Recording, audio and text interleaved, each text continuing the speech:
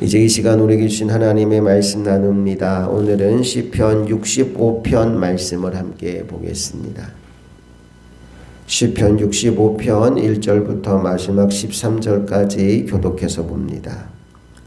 하나님이여 찬송이 시온에서 주를 기다리오며 사람이 서원을 주께 이행하리이다.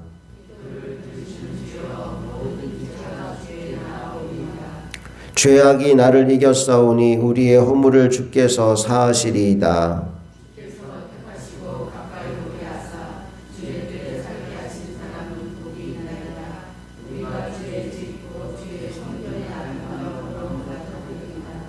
우리 구원의 하나님이시여 땅의 모든 끝과 먼 바다에 있는 자가 의지할 주께서 의를 따라 어미하신 일로 우리에게 응답하시리이다.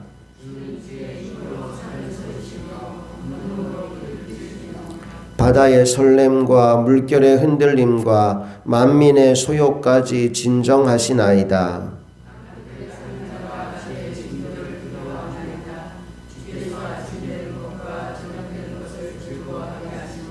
땅을 돌보사 물을 대어 심히 윤택하게 하시며 하나님의 강에 물이 가득하게 하시고 이같이 땅을 예비하신 후에 그들에게 곡식을 주시나이다.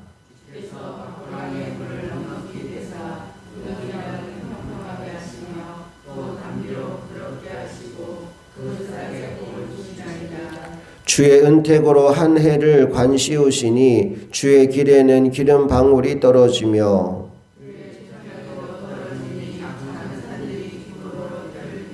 함께 읽습니다. 초장은 양떼로 옷 입었고 골짜기는 곡식으로 덮였음에 그들이 다 즐거이 외치고 또 노래하나이다. 아멘. 분류상 시편 65편은 감사시입니다. 크게 두 가지를 감사하는데요. 첫째는 하나님이 다가오시는 것에 대한 감사이고요. 두 번째는 하나님의 다스리심에 대한 감사입니다. 오늘 두 가지 키워드가 뭐냐 하면 다가오심과 다스리심입니다. 한번 따라해 볼까요? 하나님의 다가오심. 또 따라합니다. 하나님의 다스리심. 1절부터 4절까지 말씀은 하나님의 다가오심에 관한 이야기인데요. 내용을 보면 이런 내용입니다. 사람이 하나님의 성전에 나가서 하나님을 예배하는 모습을 묘사한 장면이에요.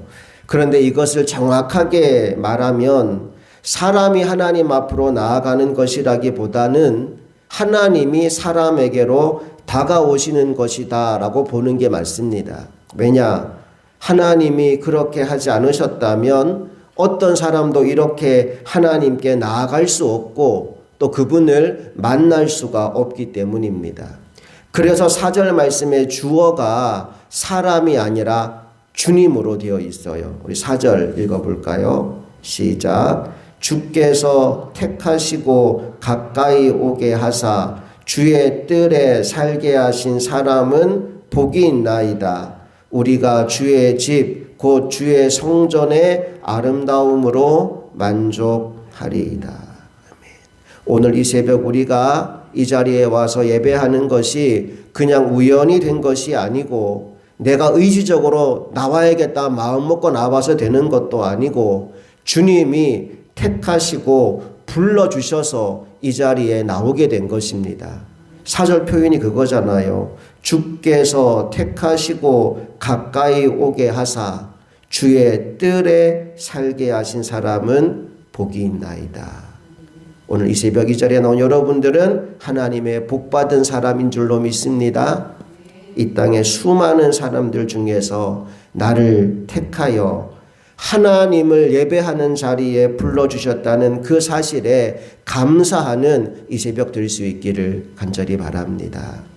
특별히 1절부터 3절까지 말씀을 보면 이렇게 우리가 주님 전에 나와서 무엇을 해야 하는가? 주님이 불러주셔서 이곳까지 오게 되었는데 그러면 이곳에 와서 우리가 해야 될 일이 무엇인가를 말씀해 주고 있습니다. 자, 1절 읽어봅시다. 시작. 하나님이여 찬송이 시온에서 주를 기다리오며 사람이 서원을 주께 이행하리이다. 아멘. 자, 주의 전에 남아서 가장 먼저 해야 되는 게 뭐냐 하면 하나님을 찬송하는 거래요. 하나님이여 찬송이 시온에서 주를 기다리오며, 그리고 주님 앞에 예배하러 나온 사람이 해야 되는 일이 있대요. 하나님과 약속한 것, 서원한 것이 있다면 그것을 주님께 행하는 것이 사람이 해야 될 마땅한 본분이다 라고 얘기합니다. 첫 번째 할 일은 하나님을 찬송하는 것이고 서원을 갚는 것입니다. 두 번째 할 일은 뭡니까? 2절 읽어볼게요. 시작. 기도를 들으시는 주여 모든 육체가 주께 나오리이다. 두 번째 할 일은 뭐예요? 기도하는 거예요. 주의 전은 기도하는 집입니다. 하나님 우리를 여기 부르신 이유가 기도하라고 부르신 거예요. 오늘 그냥 왔다 돌아가는 사람 한 사람도 없기를 바랍니다. 기도하고 나가셔야 됩니다. 기도는 하나님을 만나는 시간입니다. 사람들이 내 기도에 뭐 어떻게 하는지 듣고 있나 이거 신경 쓰지 마시고 하나님과 나 사이에, 하나님과 나만의 그 깊은 대화를 경험하는 이 새벽 될 수 있기를 주님 이름으로 축복합니다. 우리는 기도하기 위해서 이 자리에 온 거예요. 그리고 2절의 표현 그대로 우리 주님은 우리의 기도를 들으십니다. 기도를 들으시는 주여. 3절 말씀을 보면 또 우리가 기도하는 중에 해야 될 일이 무엇인지를 알려주고 있는데 3절 다 같이 읽어봅니다. 시작. 죄악이 나를 이겼사오니 우리의 허물을 주께서 사하시리이다. 뭐 하라는 거래요? 회개 기도하라는 거예요. 인생을 살면서 우리가 하나님 말씀대로 하나님 뜻대로 살고자 하는 마음의 소망은 가득하지만 너무나 쉽게 무너지는 연약한 인생임을 날마다 우리는 경험합니다. 내가 오늘은 성질을 내지 말아야지 했는데 갑자기 막 화를 내는 나의 모습을 발견할 때도 있고, 오늘은 내가 힘차게 살아야지 했는데 좌절하고 우울감에 빠져있는 나를 만날 때도 있고, 인생 가운데 결심하고 결단하고 내가 잘 살아보겠다 마음을 먹지만 수도 없이 무너지는 나의 모습을 우리는 날마다 경험합니다. 그래서 하나님이 우리에게 주시는 말씀이 뭐냐 하면 회개하라는 거예요. 죄악이 나를 이겼사오니. 여러분, 죄를 이기는 능력이 여러분에게 임하게 되기를 축복합니다. 죄와 싸워 이기셔야 돼요. 죄와 피 흘리기까지 싸우셔야 돼요. 근데 질 때도 있잖아요. 죄와 싸워서 졌다고 낭망하지 말고 포기하지 말고 주님께 나오면 됩니다. 죄악이 나를 이겼사오니 우리의 허물을 주께서 사하시리이다. 주님은 우리를 용서해 주시는 분이래요. 너희가 너희 죄를 아버지 하나님 앞에 자백하면 그는 미쁘시고 의로우사 너희 죄를 사하시며 너희를 모든 불의에서 깨끗하게 하시겠다 약속하셨으니, 오늘 이 새벽 기도하는 중에 여러분 마음속에 어떤 죄가 생각난다면 그 모든 죄의 문제를 주님 앞에 내어놓고 회개하여 깨끗함을 얻는 이 새벽 될 수 있기를 간절히 축복합니다. 주님이 오늘 저와 여러분을 이거 하라고 부르신 거예요.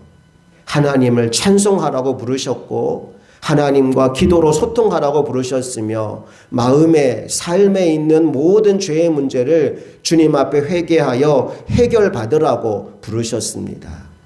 오늘 주님이 부르신 이곳에서 주님을 만나는 감격이 임하게 되기를 원합니다. 주님의 다가오심. 내 인생 가운데 다가오셔서 나의 찬송을 받으시고 내 인생 가운데 다가오셔서 나의 기도를 들으시며 내 인생 가운데 다가오셔서 나의 모든 죄와 허물을 사하여 주시는 그 은혜를 경험하는 이 새벽 되기를 간절히 바랍니다. 자, 1절부터 4절까지는 하나님의 다가오심에 관한 이야기예요. 5절부터 13절은 뭐에 대한 내용일까요? 하나님의 다스리심에 대한 내용입니다. 하나님의 다가오심이 영적인 복이라면 하나님의 다스리심은 물질적인 복과 관련이 있습니다. 5절부터 8절까지는 하나님이 다스리신다라는 사실을 언급하는 내용이고 9절부터 13절까지는 하나님의 다스리심의 결과에 관한 내용인데 우리 오늘은 결과만 한번 살펴보겠습니다. 9절을 먼저 읽어볼까요? 시작. 땅을 돌보사 물을 대어 심히 윤택하게 하시며 하나님의 강에 물이 가득하게 하시고 이같이 땅을 예비하신 후에 그들에게 곡식을 주시나이다. 하나님이 다스리시니까 윤택하게 되고 가득하게 된다라고 말씀합니다. 10절도 볼까요? 시작. 주께서 밭고랑에 물을 넉넉히 대사 그 이랑을 평평하게 하시며 또 단비로 부드럽게 하시고 그 싹에 복을 주시나이다. 요즘 이제 농사철이 시작되니까 막 밭을 갈아엎고 물을 대고 하잖아요. 하나님이 하시면 넉넉하게 하시고 평평하게 하시고 부드럽게 하신다는 거예요. 기계가 들어오지 않아도 하나님이 땅을 그렇게 다 만들어 놓으신다는 겁니다. 그래서 11절 어떤 일이 벌어집니까? 시작. 주의 은택으로 한 해를 관시우시니 주의 길에는 기름 방울이 떨어지며 여기 한 해를 관시우신다라는 말의 의미가 뭐냐 하면 1년 내내 지켜주신다는 거예요. 1년 내내 지켜주셔서 소출이 있게 하신다는 말씀입니다. 여러분 아무리 농사를 잘 지어도 태풍 한번 지나가 버리면 끝장나는 거예요. 비 한번 막 쏟아져 버리면 홍수가 나버리면 그러면 벼가 다 누워버리고 망하게 되는 겁니다. 병충해만 한번 지나가 버리면 그 좋은 곡식들이 하나도 거둘 수 없는 상황이 오기도 하는 거예요. 하나님이 다스리실 때 일어나는 일이 뭐냐 하면 한 해를 관시우셔요. 1년 내내 지켜주십니다. 그리고 12절 시작. 들의 초장에도 떨어지니 작은 산들이 기쁨으로 띠를 띄었나이다. 11절 마지막에 주의 길에는 기름 방울이 떨어지는데 들의 초장에도 그 기름 방울이 떨어지니까 작은 산들이 기쁨으로 띠를 띄었대요. 주님이 지나가는 곳마다 기쁨이 넘칩니다. 마지막 13절 시작. 초장은 양떼로 옷 입었고 골짜기는 곡식으로 덮였음에 그들이 다 즐거이 외치고 또 노래하나이다. 초장은 양떼로 골짜기는 곡식으로 덮여 있다. 여러분 보십시오. 하나님이 다스리시니 얼마나 좋습니까? 나는 저와 여러분의 인생을 또 우리의 가정을 우리 교회를 이 나라와 이 민족을 주님이 오셔서 다스려 주시기를 간절히 소망합니다. 우리가 주기도문을 암송할 때마다 그렇게 암송하잖아요. 하나님의 나라가 이곳에 임하기를 원합니다. 주의 다스리심이 이곳에 시작되기를 원합니다. 오늘 그것이 기도하는 여러분 마음에서 먼저 이루어지게 되기를 간절히 바랍니다.